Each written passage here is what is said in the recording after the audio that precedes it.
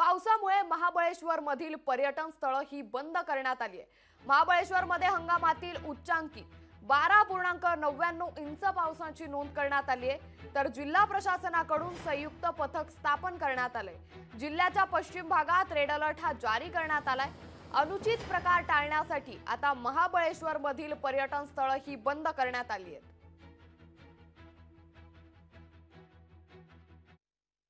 महाबळेश्वरमध्येही आता कंटिन्युअसली सतत पाऊस चालू आहे।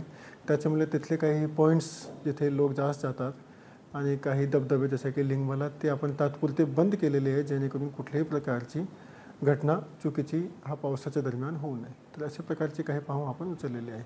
शेवटी मी सर्व जे पर्यटक आहेत त्यांनाही आवाहन करू इच्छितो की आता खूप जास्त गतीने पाऊस चालू आहे। रेड अलर्ट ऑलमोस्ट प्रत्येक दिवशी डिक्लेअर करण्यात आलेला आहे IMD कडून। तर जेव्हापर्यंत हा जास्त मोठा पाऊस असेल तेव्हापर्यंत शक्यतो हे जे भाग आहे आपले पर्यटनाचे त्या ठिकाणी जाणे टाळावा। लोकशाही मराठी ऐका, पहा, जागरूक रहा।